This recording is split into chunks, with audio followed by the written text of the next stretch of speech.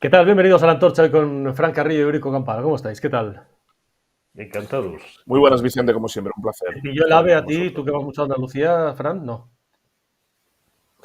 ¿Te pilló el AVE? No, No. gracias a Dios. No sé si es que de tanto conocer al socialismo y al PSOE como gobierna, me adelanté a los acontecimientos y no me pilló por horas, pero me podía haber Será. pasado perfectamente como a miles de españoles. Esa es la desgracia que tenemos de tener al socialismo gestionando. Porque Así siempre eso además ocurre porque es en los puentes de el Madrid socialismo pasa cuando siempre, ¿eh? gestiona. En los puentes de No, Madrid no, pero pasa siempre. Yo no sé, es curioso. Es como aquel día de las elecciones también y todo aquello. Bueno, pero ahora no vamos a ir a todo pasa ello, si os cada parece. semana. Pasa cada semana. Bueno, Pasa cada semana. pasa cada semana, porque ahora iremos a eso, el robo de cable, lo del AVE, eso ya es habitual de hace mucho tiempo. ¿Eh? Mil euros vale lo que han robado de cable para dejar Sí. tumbado toda una red.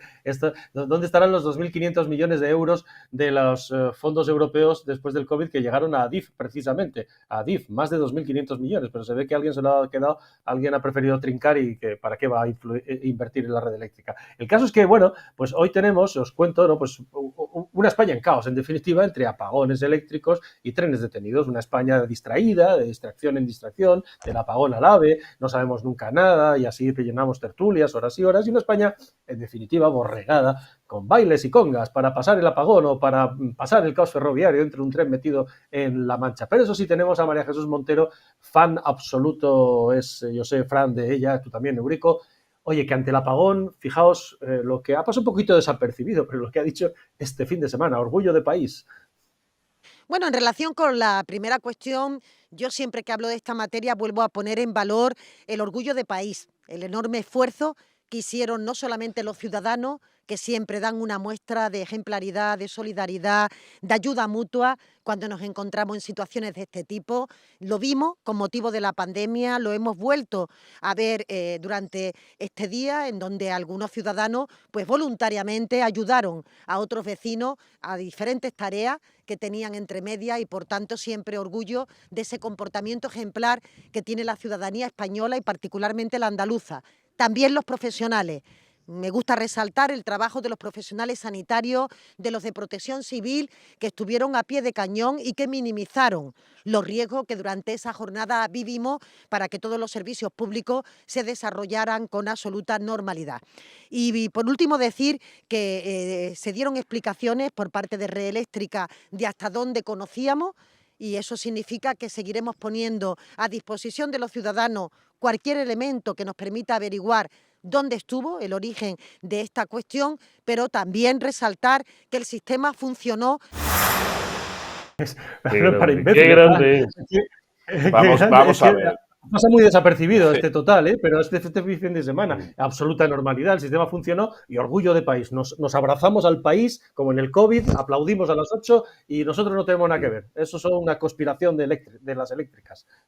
Bueno, su ignorancia nunca pasa desapercibida y su pelea constante con el diccionario, la gramática, la retórica y la sintaxis tampoco. Vamos a ver, iletrada ministra, quisieron, no, que hicieron. O si lo quiere decir en andaluz, que hicieron, pero no quisieron. Eso no significa nada, no significa otra cosa del verbo querer. Hay que enseñarle también gramática básica a la inculta, iletrada y analfabeta ministra de Hacienda y vicepresidenta del gobierno, mano derecha de Sánchez. Esto es lo que pasa cuando el socialismo gobierna. Esta señora que va dando lecciones y que ahora mismo empeoraría el resultado de Juan Espadas en Andalucía como candidata del Partido Socialista, fue la mujer que arruinó la sanidad andaluza cuando ella era consejera de sanidad. Y fue la mujer que arruinó la hacienda andaluza cuando ella era consejera de hacienda. Y fue la mujer que formó parte de los gobiernos más corruptos de la historia de la democracia bajo gobiernos socialistas en Andalucía, en ese régimen de 40 años donde empobrecieron a 8 provincias y a una comunidad de 8 millones de habitantes. Dos presidentes condenados por corrupción y la mayoría de los cargos socialistas condenados por fraude a los parados andaluces. Esta señora formaba parte de todo ese entramado, de toda esa banda corrupta. Y ahora va dando lecciones de orgullo de país. Bueno, es que todo lo que tocan lo empobrecen. Esto no Bueno, es pero es que más que el esto forma resultado parte, del yo te socialismo. pregunto, os pregunto, ¿eh? Y os pregunto, esto forma parte de una estrategia, es decir, es no asumir ninguna Sí. responsabilidad. Si nosotros no tenemos nada que ver, era la cogobernanza en la pandemia, ahora son las eléctricas, etcétera, etcétera. En La Italia, las dos estrategia es horas que del no hay último apagón, estrategia. es que, no, quiero decir, la estrategia de echar la culpa a otros de abrazarse a los españoles, que aplaudamos a las 8, pero no asumimos ninguna responsabilidad, engañamos y distraemos. Nos viene muy bien, además, no saber todavía, Eurico, a estas horas, un año, una semana después, por qué fue el apagón o lo del AVE. Pues que es distracción tras distracción, ¿no? Sí, abundando en todo lo que ha dicho Fran, que es absolutamente correcto y con lo que cualquier español de bien y cualquiera que tenga más de un dedo y medio de frente no puede dejar de estar de acuerdo. Añadir desde el punto de vista de la comunicación de estos memos que, claro, ellos utilizan ese recurso tan manido y tan del gusto de las autocracias, de las dictaduras, de los regímenes bananeros, que es identificarse con el pueblo. Ha ocurrido algo, da igual lo que haya ocurrido, ha ocurrido algo, da igual cuál sea la causa, la razón, lo estamos investigando, pero no hay prisa, decía Bolaños ayer o anteayer también en horario de máxima audiencia. Pero nosotros somos el pueblo y el pueblo es nosotros, el pueblo es nosotros. Esta falta de concordancia la firmaría cualquier ministro socialista, empezando por María Jesús Montero. Y los que no son el pueblo, los que están fuera del pueblo, los que están fuera del sentido común, los que están fuera del engranaje social, son todos esos fachas que en vez de arrimar el hombro, lo único que hacen es, como ha dicho la chica esta de Burgos, que bajaron hace no mucho de portavoz del PSOE y que cada día se supera, la tal Esther Peña, no hacen más que embarrar el terreno de juego, no hacen más que criticar, no hacen más que pedir responsabilidades en vez de arrimar el hombro. Es decir, se abunda en los profesionales que tenemos, orgullo de profesionales, como si todos los profesionales sanitarios, ingenieros, cualquiera que tenga un oficio o un empleo en el cual tenga una cuota parte de contribución al normal desempeño de los servicios públicos y también de los servicios privados, incluso en situaciones de catástrofe, por supuesto, está con ellos. Ellos son la sanidad, ellos son los técnicos, ellos son esos profesionales y están orgullosos de esos profesionales. Bueno, pues la mayoría de los españoles, porque somos la mayoría de los españoles, de bien digo gente normal, gente que no estamos absolutamente abducidos por esta basura ideológica que nos gobierna, lo que estamos es muy poco orgullosos, estamos abochornados de tener unos gobernantes absolutamente inútiles e ineptos. Dije ya Claro, hace ese es 8 el años. asunto. Ese es el asunto Claro. de fondo, porque en el fondo Fran, esto es socialismo puro, es decir, son unos inútiles, unos corruptos, se lo llevan crudo, el dinero que tendría que ser invertido de los impuestos se lo quedan crudo, no sabemos dónde está el dinero de Adif o el dinero de Red Eléctrica, etcétera, Claro. etcétera. Pero mientras tanto eso, le venden a la gente lo suyo, pero es un subdesarrollo intelectual cada vez mayor, preocupante. Mira, hay una cita Terminamos bailando la conga todos y cantando en el AVE, en vez de ir a rodear la Moncloa. Son varias causas a analizar. Hay una cita apócrifa que se le atribuye a Luis XIV, que es aquella del Estado soy yo, que digamos resumía lo que era lo que llamaron el despotismo ilustrado, ¿no? ¿Verdad? El todo para el pueblo, sin el pueblo, tal. Bien. Hemos pasado del despotismo ilustrado al despotismo iletrado, en la cual el socialismo moderno y contemporáneo, reflejado en el sanchismo, ahora dice no el Estado soy yo, sino el pueblo soy yo. Y el pueblo soy yo significa que aunque yo tenga al pueblo empobrecido, aunque tenga al pueblo sometido, aunque tenga al pueblo enclaustrado, aunque tenga al pueblo secuestrado, aunque tenga al pueblo dependiente del Estado y del partido, yo soy el pueblo. Y aunque sea un incompetente porque tengo al pueblo sometido a impuestos nórdicos, pero con servicios tercermundistas, y tenga al pueblo cada vez más, digamos, ahogado por el yugo fiscal al que somete, entre otras cosas, la responsable María Jesús Mentira, pues no pasa nada porque el pueblo soy yo. El socialismo, donde ha gobernado, donde ha gestionado, donde ha tocado poder, ha depauperado, ha empobrecido los servicios públicos, también la calidad de vida de las personas, por supuesto las instituciones, y lo que ha hecho ha sido arrebatar todo lo que era el presupuesto público del mantenimiento de los servicios básicos, sean infraestructuras, sean sanidad, sean educación, sea todo lo que tenga que ver con el Estado, para dedicarlo a otras cosas, es decir, a la construcción de observatorios ideológicos, chiringuitos políticos, o bien al saqueo y a llevárselo a otros países. Ya lo hicieron en la época de la Segunda República, ya lo hicieron ya después de la transición y lo van a volver a hacer. Y con todo eso, cuando tú acabas sumando incompetencia profesional, porque las empresas públicas están puestas personas que no son, digamos, cualificados profesionales para gestionar todo eso, si además de eso le sumas que no hay presupuesto porque se lo están llevando, los Claro. retrasos en los trenes, el robo, tal, es normal, pero que fíjate, Vicente, es que es Vamos el a la robo de decrepitud. gigavatios. Claro. Sí, claro, es el robo de gigavatios, el robo de cable, el Mm. robo a los ciudadanos fiscalmente todos los días, el robo del PSOE a las arcas públicas, el robo ciudadano en las calles, porque cada día hay un asalto o dos en nuestros barrios por la inseguridad creciente, por esa inmigración ilegal. ¿Queríais socialismo? Pues tenéis socialismo. Fíjate que esto del robo de Claro. cables, además que se está produciendo particularmente desde hace unos años, que coincide además con la llegada de Sánchez, se ha multiplicado. Esto cualquiera que cogemos el AVE, hemos ido a Barcelona o tú mismo a Sevilla, lo que sea, sabemos que, sobre todo, por ejemplo, el de Barcelona, que es cada 2 por 3 el parón a la altura de Guadalajara de 1 hora porque han robado cable. Y nos lo vende ahora este puente como si fuera un gran sabotaje porque están, Un Eurico, sabotaje. en las teorías permanentes de la conspiración, las eléctricas, Claro. el gran sabotaje, cuando al final son unos kinkis que han robado 1.000 eurillos de cable. Ahora, fijaos, claro, es que lo de la hemeroteca con esto da igual también, es lo mismo porque les da igual, pero Puente, según Puente estamos en el mejor momento de la historia del tren en España. He escuchado una descalificación general del servicio ferroviario español con frases tales como antes se viajaba muy bien en tren, el servicio ferroviario se ha deteriorado mucho en muy poco tiempo, teníamos un tren modélico, ahora tenemos un desastre, el caos sanchista. En definitiva, cualquier tiempo pasado fue mejor que este. Yo solo me ha faltado escuchar aquello de que con Franco los trenes iban mejor, ¿no? Pero, en fin, no pierdan la esperanza, todo llegará, ¿no? Pues bien, esas argumentaciones son totalmente falsas. El tren vive en España el mejor momento de su historia. La pregunta es muy concreta y la formulan ustedes por cuarta vez. Y creo que tienen ustedes una de dos, o un problema de oído o uno de comprensión. Lo voy a reiterar por cuarta vez. Sí, el ferrocarril vive en España el mejor momento de su historia. Y sí, vive el mejor momento de su historia a pesar del abandono al que ustedes le sometieron durante 7 años de gobierno. Muchas gracias. Bueno, Eurico. con Franco y con Felipe González. Si no hace falta irnos a Franco, con Felipe González y por supuesto con Aznar. Felipe González, que creo que era del mismo partido, la secta en la que han convertido ese lobby de intereses de la familia de Pedro Sánchez, el tren. Hubo un tiempo en España, a finales de los 80, primeros de los 90, por supuesto mucho antes, desde que se inventó en los tiempos de Franco, efectivamente, el famoso Talgo, el tren articulado ligero Goicoechea-Oriol. Si nos está oyendo Óscar Puente, espero que no le haya dado ya una hemorragia cerebral, que funcionó muchísimo mejor. Pero es que Hombre, funcionó que mejor estaba todos los a servicios todo el públicos. mundo. Es que esa Claro, ingeniería española se exportó a todo el mundo. a todo el mundo.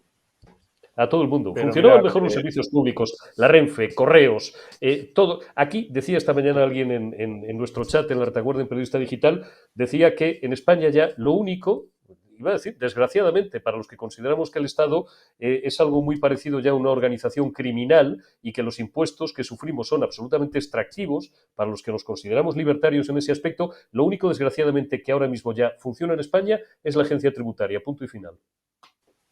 Ajá. pero Oye, por cierto, sí, una cosita, Fran, que se me ha olvidado cuando decíais lo de la fortuna y tal. He leído hoy que José Bon ha tenido, le llaman un golpe de fortuna, porque por lo visto una recalificación de su famosa hípica de Toledo, con la que ya, de forma, dicen algunos, dudosa, se enriqueció notablemente antes de hacerse dominicano y de hacer vídeos con su hija. Pues resulta que una recalificación de su hípica, pues le ha reportado 1.000.000 de euritos. Oye, pues mira qué bien, ¿no? Perdona, Joder, Fran. qué suerte. No, roban por todos lados. Si es que es igual, si es que roban por todos lados. Es que que todavía haya gente. Yo le haré una pregunta no sé si nos estará viendo o no, pero al socialista que está parado y que no encuentra trabajo y que justifica todo esto, pues yo le diría, te lo mereces. Al socialista que después de la Dana no recibe ninguna ayuda y sigue votando al PSOE y justificando a Sánchez, digo, te lo mereces. Al socialista que ve cómo le saquean cada día y se ha quedado 9 horas en el tren y todavía sale hoy a decir que menos mal que no gobierna a la derecha, pues digo, te lo mereces. Si es que hay gente que se merece todo esto, es que hay mucha gente viviendo del socialismo, de forma directa o indirecta, de forma implícita o explícita. Es que el socialismo es un negocio y hay mucha gente que quiere que estos sigan, que estos ladrones sigan. El peor sabotaje es el que sufrimos los ciudadanos españoles del gobierno. Que ese sí que es un sabotaje. Este gobierno nos sabotea cada día con eliminando libertad, asaltando las instituciones, controlando los medios de comunicación, comprando la ciudadanía. Y hay tanta gente viviendo de este negocio y parasitando de este negocio que van a justificar lo que haga el gobierno, pero sea lo que sea, y aunque haya un apagón cada día o haya un retraso cada día. Yo escribí ayer un artículo aquí en Oque Diario que titulé España con luz, españoles sin luces.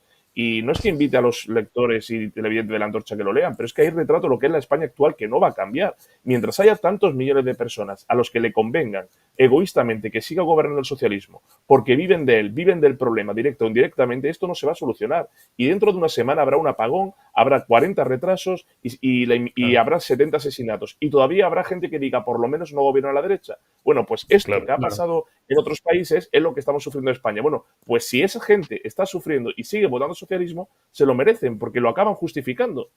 No hay más. Es el peor sabotaje de los ciudadanos el que sufrimos. Sí, tenemos los dirigentes que nos merecemos, incluidos los de la oposición. Eso está Seguro, claro. Yo estaba, ya sabéis, seguro. os lo conté.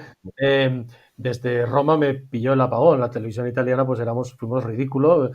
Fue el último apagón en Europa, similar, se produjo en todo el país, precisamente en Italia, en 2003. Y allí recordaban aquella noche, no entendían, yo cuando enchufé la tele era a las 11 o las 12 de la noche, o sea, llevábamos ya 12 horas de apagón en España, España apagada, y no entendían cómo era posible que el presidente del gobierno ni compareciera tarde y no diera ninguna explicación, porque allí, en el apagón de 2003 en Italia, a las 2 horas, exactamente a las 2 horas, se supo exactamente que un árbol, y estaba identificado el árbol, que había caído sobre un cable en la interconexión con Suiza, y no entendían cómo había pasado prácticamente 12 horas, España seguía sin luz y además sin ninguna explicación, y eso sí, Eurico, bailando la conga, todos felices. Bailando la conga, como nos obligaron a millones de papanatas a salir a las 8 de la tarde al balcón todos los días, mientras, por negligencia criminal culpable, en opinión de muchos entre los que me cuento, pues morían 1.100 españoles al día, 900, 1.000 españoles al día, hasta un número no cuantificado por ellos, porque prohibieron en un determinado momento dar ya más información acerca del asunto y teníamos que nutrirnos, recordad, los periodistas y los analistas, de las informaciones que suministraban o que íbamos consiguiendo de los tribunales superiores de justicia de las comunidades autónomas, del número de óbitos que estaba produciendo, o del número de muertos o del número de asesinatos que estaba produciendo esa maldita tragedia. Me daba auténtica vergüenza, me daba auténtico asco asomarme el sábado y el domingo a las redes sociales, a X, según los fisnos, antes Twitter, y ver cómo socialistas random, socialistas y socialistas justificaban, cargaban contra los fachas, cuentas que además dices no son bots, evidentemente, ¿por qué? Pues porque ves que no son bots, pero cuentas, no quiero insultar a nadie, ¿no? Pero de ciudadanos probablemente corrientes, lo digo en función del número de seguidores, de 500, de 1.000, de 1.100 seguidores, o de 1.500, pero que defendían a marcha martillo, defendían a Pedro Sánchez, defendían al gobierno, callaos fachas, que lo único... Total, bueno, pues porque un día no hemos podido comer caliente y hemos comido un bocadillo, tampoco creo que nos vaya a pasar nada. Es decir, este es el nivel de subnormalidad al que han llegado a la gente. Es como... son 40 años... Sí, son 40 años de educación socialista, de adoctrinamiento socialista, de odio a borregos subvencionados que no tengan que pensar, que seamos acríticos y que nos parezca bien que nos den un mendrugo de pan como la cartilla de racionamiento de Cuba, de Venezuela. Esta es la realidad. Os digo una cosa a los dos. El País y la SER ya están preparando reportajes diciendo cómo pasar el tiempo si el tren se te queda parado, o hacer el camping tren o pasar hambre es la condición sine qua non para volver a comer. Es decir, van a justificar todo esto. Pero para los que les gusta la historia y nos ven, Vicente, permíteme que haga un recordatorio aquí, que he hecho muchos paralelismos con la historia y también lo hice en otros espacios, pero quiero recordar que el PSOE y Sánchez, en esa obsesión que tiene por la memoria histórica, está replicando milimétricamente lo que ya hicieron en la Segunda República. Es decir, han montado el Frente Popular que en su momento hicieron para que no gobernara la derecha, a pesar de que había una mayoría social de la derecha. Indultaron o amnistiaron, en este caso, a los golpistas y al prófugo de la justicia, que es el que está gobernando, y lo van a amnistiar, como en su momento hicieron con Companys. Han empobrecido socialmente a la población, como ya hicieron en su momento y que dio lugar a la derecha antes del golpe de Estado que hubo en el 34 y que dirigió y comandó, entre otros, el PSOE. Amenazan e insultan a la población cada día que no es de izquierda, amedrentando, asaltando y fiscalizando los medios de comunicación, a los cuales ahora le llaman pseudomedios, entonces le llamaban títeres del fascismo, y que incluso prohibieron. Hicieron un pucherazo electoral, tanto en el 31 como en febrero del 36, que dio lugar luego a lo que fue. Es Es decir, todo esto ya lo ha hecho el PSOE porque están saliendo evidencias. ¿Qué es lo único que le falta para replicar ya milimétricamente lo que pasó en la Segunda República? El asesinato de un líder de la oposición. Eso es lo único que le falta al Partido Socialista para repetir la historia y su historia. Lo digo no porque lo vayan a hacer, sino porque si uno ve lo que está haciendo, por ejemplo, Óscar Puente, en vez de arreglar el problema de los trenes en redes, lo que se está dedicando es a perseguir, a insultar y a decir que se lo tienen merecido a ciertos tuiteros en redes sociales por cerrarle las cuentas. Pero es que hay otro tuitero que le ha dicho, oiga usted, si usted tiene problemas y tal, yo me cito con usted personalmente y lo arreglamos cara a cara. Y le ha dicho, dígame usted el sitio y el lugar. Es decir, se cita con un individuo, con una persona, con un ciudadano anónimo, no sé a qué, a pegarse. Es decir, les falta ya el asesinato. Es que es eso el PSOE, eso es el socialismo. Y si la gente no despierta, se encontrará o en una cuneta o en el exilio o pasando hambre. Y por eso digo que España puede tener luz, pero hay millones de españoles sin luces que siguen eligiendo esto. Me pasa, Eurico, una cosa que ha publicado el diario El País, y ustedes la pueden encontrar en el diario El País.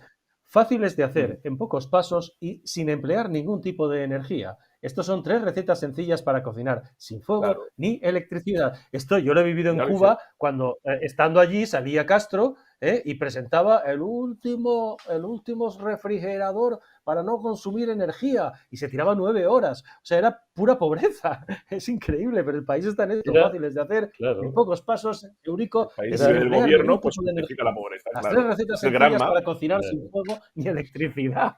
Es que increíble. Era pura miseria. Es que te lo he pasado en tiempo real, se lo he pasado a Vicente, y perdona, Frank, que no te lo haya pasado a ti también, porque no, si sé a lo que te refieres, no te preocupes. Conforme lo estabas diciendo, porque bueno, es uno de los tweets que se ha hecho relativamente viral del País, de esa basura periodística en la que se ha convertido el otrora diario independiente de la mañana, sin coma, dependiente de todo lo demás, que ya lo era, hablando, bueno, pues eso de cómo cocinar sencillas recetas, sin energía. Lo próximo será una separata de bocadillos de calamares o de bocadillos de sardinas, de lo más barato, hombre, porque y la gente será feliz, como borregos. Claro, y la gente será feliz. En la cara y serán felices porque no gobierna la derecha. Claro. Es que es yo contaba hoy en mi editorial, en mi saludo, recordaba precisamente un poco lo que tú acabas de contar, Fran, que el PSOE todo esto ya lo ha hecho a lo largo de la historia y que llegó al fraude electoral. Y tú añades y al asesinato. Bueno, pero lo del fraude electoral masivo, que por ahora parece, por lo que investiga la Guardia Civil, son parciales, pues veremos si en un momento dado, con tal de no dejar el poder, pues llega eso también. Pero recordaba, por ejemplo, yo viví yo trabajaba para NBC y para una cadena española, para Antena 3, Eurico, ¿te acuerdas? Y estaba en la crisis de los balseros en el 94. Y allí Castro descubrió una cosa muy importante, que es que la revuelta de la gente, los apagones, había que hacerlos en las horas en las que no fuera la telenovela, porque la gente se levantaba no contra el régimen, sino contra la telenovela, porque era un problema eso. No, cuando Antena 3 no defendía el wokismo, ni defendía la inmigración ilegal, ni defendía la plutocracia y la agenda 2030, porque estábamos allí, Vicente Gil y yo. No, lo digo porque es que, entre otros, claro, yo lo veo, yo la escucho ahora y es Agenda 2030 y es wokismo y es la defensa de la sinrazón constante, pero en todos los temas, casi todos. Muy rápido, y quiero avanzar un poquito en un tema de hoy que me parece también absolutamente tercermundista. O sea, bueno, muy rápido, pues yo me tengo que ir. Corriendo, muy sencillo. Escucha a Sánchez anunciando que va a hacer una consulta pública sobre una OPA entre 2 grandes bancos, o de un banco sobre otro. Sánchez. Quisiera anunciarles que el Gobierno de España abrirá mañana, martes 6 de mayo, una consulta pública previa a la toma de decisión con el objetivo de recabar la opinión de organizaciones, de ciudadanos y de asociaciones. Nuestra intención y nuestro deseo es ayudar a que nuestras empresas crezcan, que ganen volumen, también competitividad, pero siempre y cuando eso beneficie al interés común del país y de sus ciudadanos. Claro, esto tiene que ver con que Puigdemont le ha advertido, hoy lo publicaba Luis Valcarce, y horas después se ha producido este anuncio, que Puigdemont ha amenazado al PSOE, porque Puigdemont no quiere esa OPA del BBVA sobre Sabadell, porque dice que Cataluña, por Banco Sabadell, no se puede quedar sin más bancos. Oye, y esto es una consulta pública sin saber a quién, ni cómo, ni de qué forma va a hacer, simplemente para tumbar la OPA el gobierno y contentar a Puigdemont, ¿no? Bueno, tiene a la Caixa, que fue uno de los bancos que intervino en el asalto a Telefónica por parte del gobierno. Hay que recordarlo. Es decir, que ya el poder que tiene Cataluña las empresas públicas en España y la cuota del PSC, las empresas públicas españolas, ya es demasiado grande como para encima tener que darle todavía más. Pero esto es un discurso bolivariano por parte de un autócrata, de un dictador en ciernes, que habla perfecto como los dictadores, que es tomar una medida autócrata, entrar en la seguridad jurídica, entrar en la iniciativa privada, meterse en las empresas privadas, en decisiones de las empresas privadas que solo conciernen a los accionistas y cuyas decisiones solamente competen a ellos siempre y cuando estén dentro de la ley. Y lo que hace el gobierno es como hacen las dictaduras, es, bueno, entrar cuando algo no me gusta o no me conviene. No hizo ninguna consulta pública cuando asaltó Telefónica con 2.000 millones de todos los ciudadanos para controlar las telecomunicaciones, la información del gobierno y enchufar ahí a sus amigos y allegados. Tampoco hizo una consulta pública cuando amnistió a los golpistas, ni tampoco cuando pactó con terroristas, ni tampoco cuando asaltó Radio Televisión Española. Con todo eso no ha hecho consulta. ¿Por qué lo hace ahora? Por lo que acabas de decir, lo que acaba de informar Noque Diario, precisamente porque hay una presión. Pero esto es lo que pasa cuando hay una dictadura o una autocracia, ya no en ciernes, sino directamente ejerciendo. Y ante esto, de nuevo, la pregunta de siempre: ¿Europa va a decir o va a hacer algo? Absolutamente nada. Y seguramente este señor vetará esa OPA, se impondrá por encima de los accionistas, el empresariado español, tan cobarde como silencioso, seguirá callado y será una muesca más en el revólver dictatorial de este señor al que nadie le frena ni para los pies, porque cuando hace una barra pasada más, lo siguiente es: ¿ha habido alguna reacción? ¿Ha pasado algo? ¿Alguien me ha detenido? ¿Alguien me ha causado? ¿Me han llevado ante los tribunales? ¿Me ha frenado alguien dentro o fuera de España? No. Siguiente. En la siguiente, retuerzo de nuevo la ley, retuerzo la Constitución, me salto los poderes jurídicos, institucionales y democráticos, los contrapesos. ¿Ha pasado algo? ¿Alguien me ha dicho algo? Más allá de alguna tribuna, algún facha en Twitter y tal. No, pues para adelante. Y así hasta la dictadura final.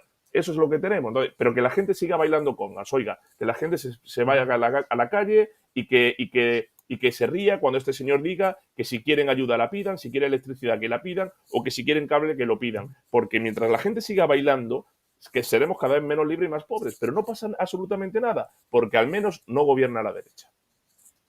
Te despido, Fran, que tienes prisa. Y sigo con Eurico. Un abrazo, Fran. Hasta luego.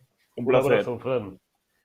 A mí, Eurico, ¿qué te parece? Desde el punto de vista técnico, a mí esto, vamos a ver, yo voy a ser un poco irreverente, me van a perdonar los espectadores, desde el conocimiento que tenemos de los mercados, que es alguno.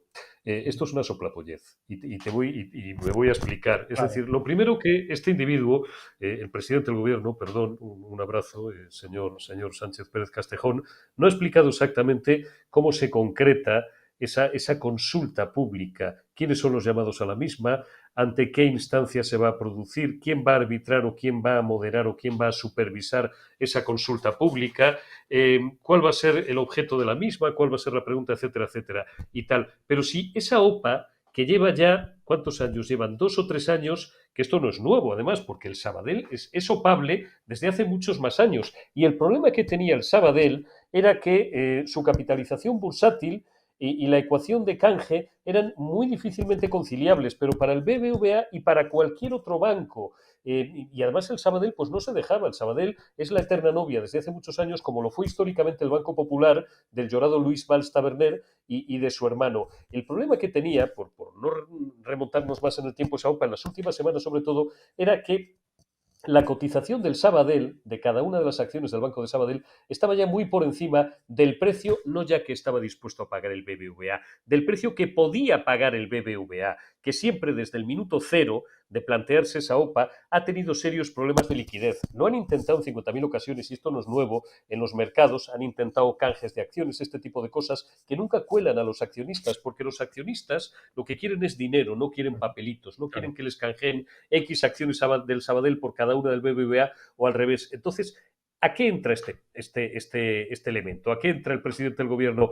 a marcar, con perdón, paquete frente a Puigdemont y frente a Junts Sí. y frente a Esquerra, que son sus socios Claro. de gobierno, a decir, aquí estoy yo, pero si no hacía falta que entrara, si esa OPA era irrealizable, porque a menos que el BBVA mañana pusiera, vamos a ver, lo voy a explicar al revés, que evidentemente no están en situación financiera de hacerlo, ni lo iban a hacer tampoco, aunque les sobrara el dinero, ¿no? Si mañana el BBVA dice, pongo 50 euros encima de la mesa por cada cromo del Sabadell, ni consulta pública, ni el prófugo, ni el delincuente de Waterloo, ni el tuerto este que es el que sigue mandando, o el bizco que sigue mandando en Esquerra Republicana, ni el gobierno de España, ni Pedro Sánchez, ni Carlos Cuerpo, ni María Jesús Montero, ni la madre que parió a Paneque iban a poder frenar esa OPA. ¿Qué ocurriría? Hombre, que amenazarían al BBVA, y el BBVA, aunque tuviera la disponibilidad económica de ofrecerles 50 euros por cromo del Sabadell, pues no se los ofrecería, porque diría, hostias, es que nos van a poner en contra en horas 24 el Boletín Oficial del Estado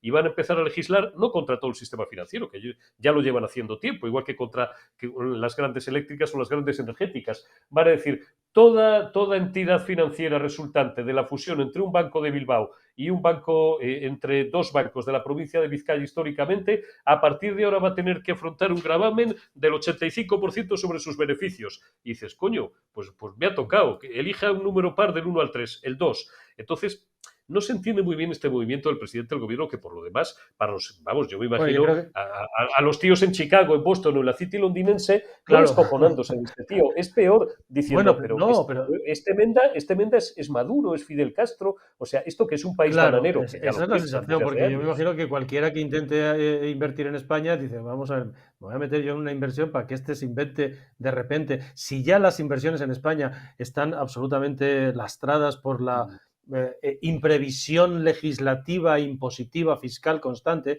que es una queja recurrente en ese tipo de reuniones, tipo el Spain Inversors Day y otros que se producen de fondos de inversión, y dicen, oiga, dejen ustedes de ir cambiando la legislación cada 2 días a golpe de capricho político, o porque lo pide un tío que está en Bruselas, el Puigdemont este o lo que sea, y no digamos el cambio de fiscalidad, etcétera. Imagínate ya ahora que tú estés eso, como tú dices, en Nueva York, y dices, voy a ver si invierto en España. Y entonces te sale el presidente del gobierno diciendo, no hace una consulta pública, no sabe de quién, ni a quién, ni de qué forma. Si llevamos una semana y no hemos sabido todavía el apagón, él sí lo sabe, por supuesto, pero lo oculta.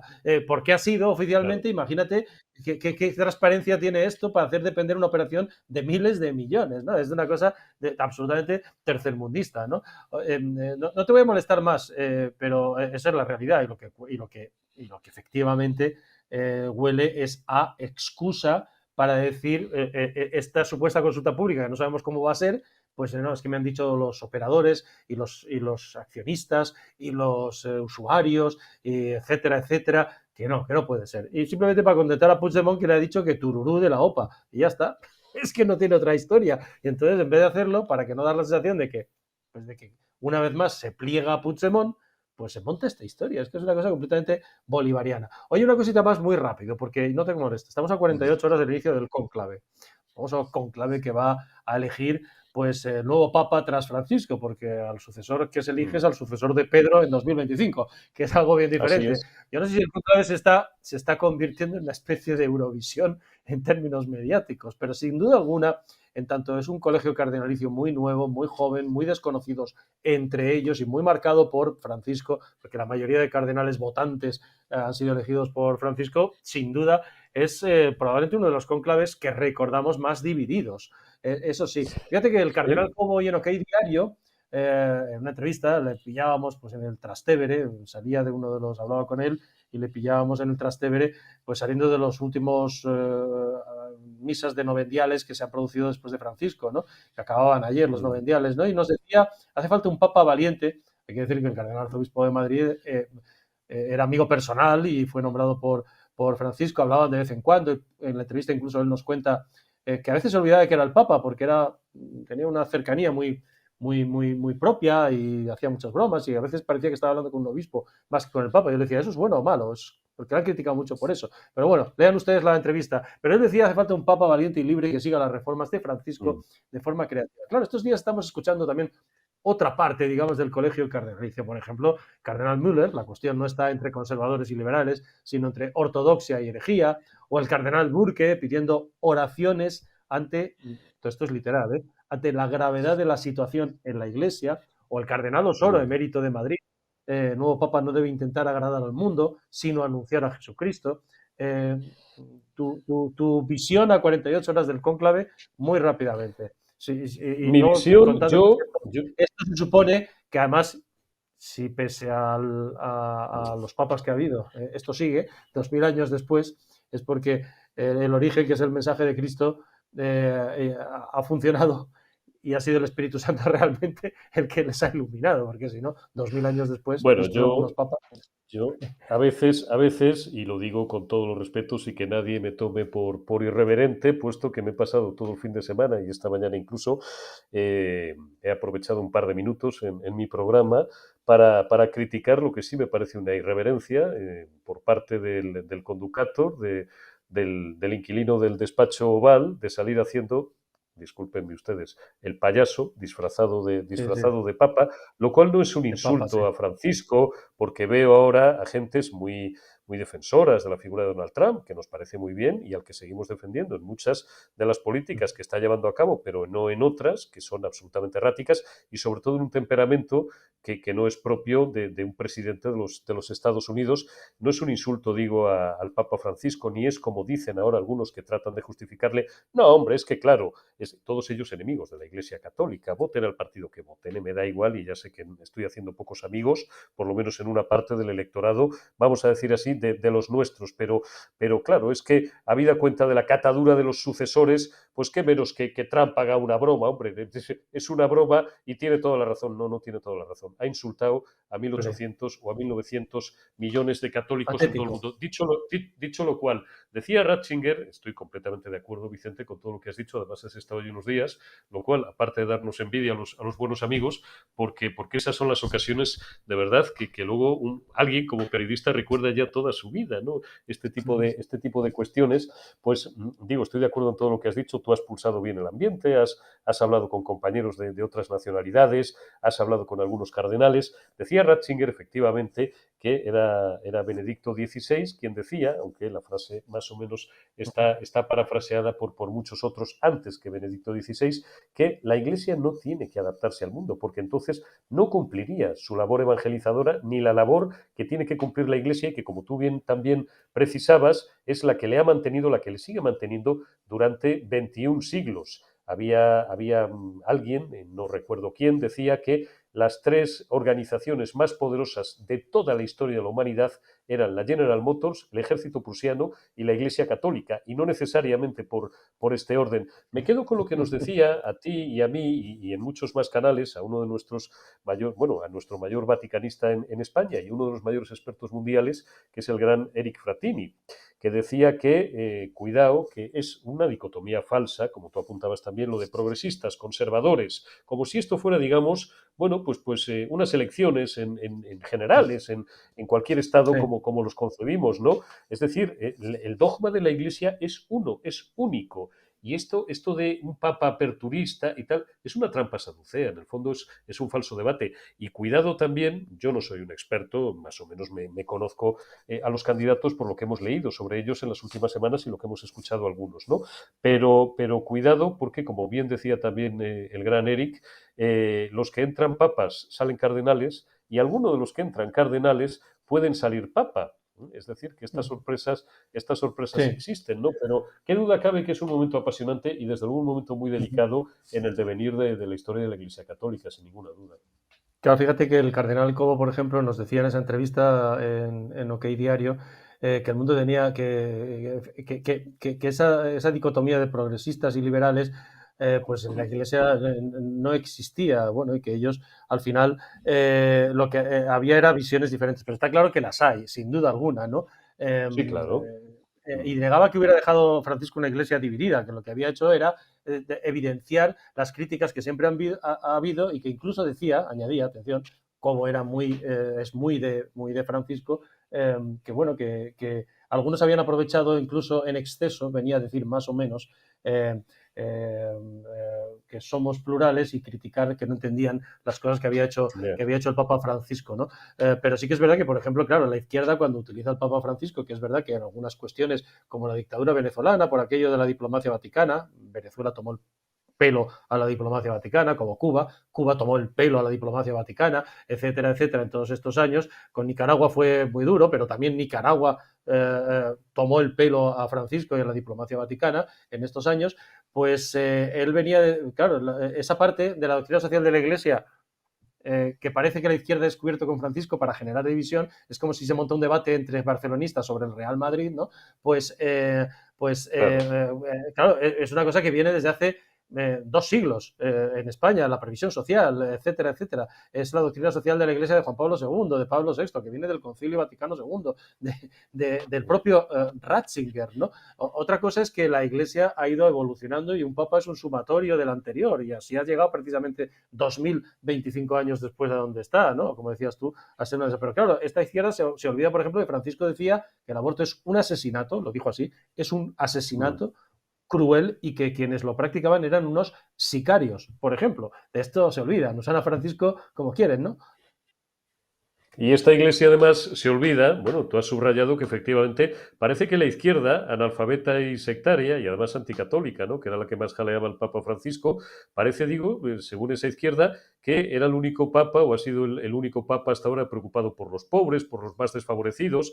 Has citado la doctrina social de la Iglesia, has citado textos de Juan Pablo II, Juan XXIII no existió nunca, la Rerum Novarum no existió nunca, la Escuela de Salamanca, Juan de Mariana no existió nunca, ¿saben? O sea, la Iglesia nunca jamás se preocupó por los desfavorecidos, ni habló de la justicia social, hace ya, no un siglo, hace muchísimos siglos. Pero ¿qué más da? Porque ellos son analfabetos y venden su mercancía averiada, esa ideología averiada, a millones de incautos o a millones de sectarios o a millones de odiadores profesionales y de gente que eso lo que acumulan es mucha inquina y mucha rabia, por ejemplo, contra la Iglesia Católica, y compran esa mercancía además con mucha facilidad porque se vende muy fácilmente. Se olvidan, por ejemplo, de que Benedicto XVI, Ratzinger, fue el primer papa, no Francisco, Ratzinger, en denunciar los casos de pederastia y de abusos en la Iglesia Católica. Se olvidan también de que Francisco no hizo esta denuncia o no la verbalizó, digamos, con firmeza hasta muy pocos meses antes de su fallecimiento. Todas estas cosas no las subrayan y todas estas cosas también convendría recordarlas, aparte que para mí no es una cuestión menor todo lo que has dicho, es decir, su apoyo a los criminales y a los asesinos y a los dictadores hispanoamericanos, iberoamericanos, a la dictadura nicaragüense, a la dictadura castrista, a la dictadura de Maduro y antes de Hugo Chávez. Jamás escuchamos una sola palabra de condena por el Papa Francisco de esos regímenes criminales. Por tanto, hombre, vamos a poner las cosas en su sitio y luego que cada uno tenga el Papa o conserve en su corazón o en su cabeza, en función del grado de creencia que tenga cada uno, al Papa que más le convenga. Yo, para mí siempre, y en fin, no soy precisamente un ejemplo de ser el mejor católico, ni mucho menos, ni el más practicante, pero para mí mi Papa será siempre Juan Pablo II. Para otros, a lo mejor, de más edad que la que tenemos tú y yo, Vicente, pues puede ser porque le conocieron a Juan XXIII, personas, bueno, pues nuestros padres, por ejemplo, conocieron al Papa Juan XXIII porque tenían edad. Para otros, pues a lo mejor, pues pudo ser Pablo VI, ¿no? También con sus aristas ideológicas que las tenía, y vaya que si las tenía. Entonces, bueno, vamos a tener todos la fiesta en paz y vamos a confiar en que el Espíritu Santo, antes no llegué a decir la frase y pedí perdón por la posible irreverencia, ahora pido perdón y quiero rematar con esta frase, que todo el mundo, por favor, me la interprete respetuosamente y como una humorada, que el Espíritu Santo no se haya cogido un día por asuntos propios, como yo creo que sí hizo el día que eligieron al Papa Francisco, cuando pues los cardenales se pongan de acuerdo en mayoría suficiente, que creo que es de 2/3, y veamos la fumata blanca. Ojalá el nuevo Papa, bueno, pues esté a la altura de los desafíos, que son muchísimos, que tiene por delante el mundo en el que vivimos. Muy bien, pues lo veremos. A partir del miércoles, hoy han sido las 2 últimas congregaciones. Contaba el cardenal Cobo que estaba, en su opinión, la situación era muy voluble, me decía, que se estaban conociendo, que se estaban escuchando y que no iba a ser un papa de origen, que en el que pesara el origen, aquello de la periferia, sino en el perfil. Y que el perfil iba a ser lo importante. Y decía, aunque negaba que Francisco hubiera dejado una iglesia dividida, decía que era un papa que, en su opinión, ya lo ha dicho, un papa valiente, decía él, libre para aplicar y avanzar en las reformas de Francisco de forma creativa, decía el cardenal Cobo, pero decía también, aunque negaba que hubiera dejado la Iglesia dividida a Francisco, un papa con personalidad para que hiciera estas reformas congregando a la unidad. O sea, que un problema de unidad también debe de haber, cuanto menos en las interpretaciones. Si no, no haría falta un papa con personalidad para congregar a la unidad de la Iglesia. Bueno, Brico, en 48 horas lo veremos. Hoy la última congregación, esta tarde ha sido la última, y de ahí probablemente pues ya empezarán ellos a tener. Y lo siguiente se supone, y sobre todo para los que creemos, pues eso, que tiene que venir de arriba, del Espíritu Santo, que les ilumine. Eso, esperemos. Yo me quedo y me gustaría cerrar, y te agradezco mucho, Vicente, la oportunidad, como siempre, como cada semana, me gustaría cerrar con una frase de Juan Pablo II, de San Juan Pablo II, que debe ser norteguía, no solamente para el devenir de la Iglesia en estos tiempos tan convulsos que atravesamos, sino para las vidas de cada uno de nosotros. Hemos consumido un montón de minutos hablando de una situación política que muchos millones de españoles consideramos complicada y de muchas otras cosas. No tengáis miedo, decía siempre San Juan Pablo II, no tengáis miedo, no tengamos miedo. Por encima de todo, no tengamos miedo. Me gustaría que ese fuera, bueno, pues por supuesto, el leitmotiv que guiara a los cardenales y que nos guiara a todos nosotros, no solamente relativo a estas cuestiones, sino a todas en general. Y otra cosa que dijo, te añado, defendamos la verdad aunque volvamos a ser 12, dijo Juan Pablo II. Así es. Como dijo Ratzinger, su sucesor, 12. Así es. Como Ratzinger, su sucesor, dijo también, hace muchos años, cuidado, y seguro que todos lo van a entender y tú lo entiendes. Pronto tendremos sacerdotes reducidos al papel de trabajadores sociales y el mensaje de la fe reducido a una visión política. Todo parecerá perdido, decía Ratzinger, pero en el momento oportuno, precisamente en la fase más dramática de esa crisis, la Iglesia renacerá. Será más pequeña, más pobre, casi en catacumba, pero también más santa, decía Ratzinger, porque ya no será la Iglesia de los que buscan agradar al mundo, sino la Iglesia de los fieles a Dios y su ley eterna. El Renacimiento será obra de un pequeño remanente, decía Ratzinger, hace muchos años, aparentemente insignificante, pero indomable, pasado por un proceso de purificación, porque así es como obra Dios. Contra el mal, un pequeño rebaño resiste. Así que yo creo que no podemos decir nada más ya, ni tú, ni yo, después de a Ratzinger y a Juan Pablo II, y entender que probablemente después de Ratzinger y de Juan Pablo II, Francisco seguro que también ha tenido un papel en la historia, y a partir de ahora, pues Dios dirá, y nunca mejor dicho. Un abrazo, Eurico. Un abrazo grande, Vicente, cuídate mucho y gracias. Chao. Gracias a ustedes por vernos también.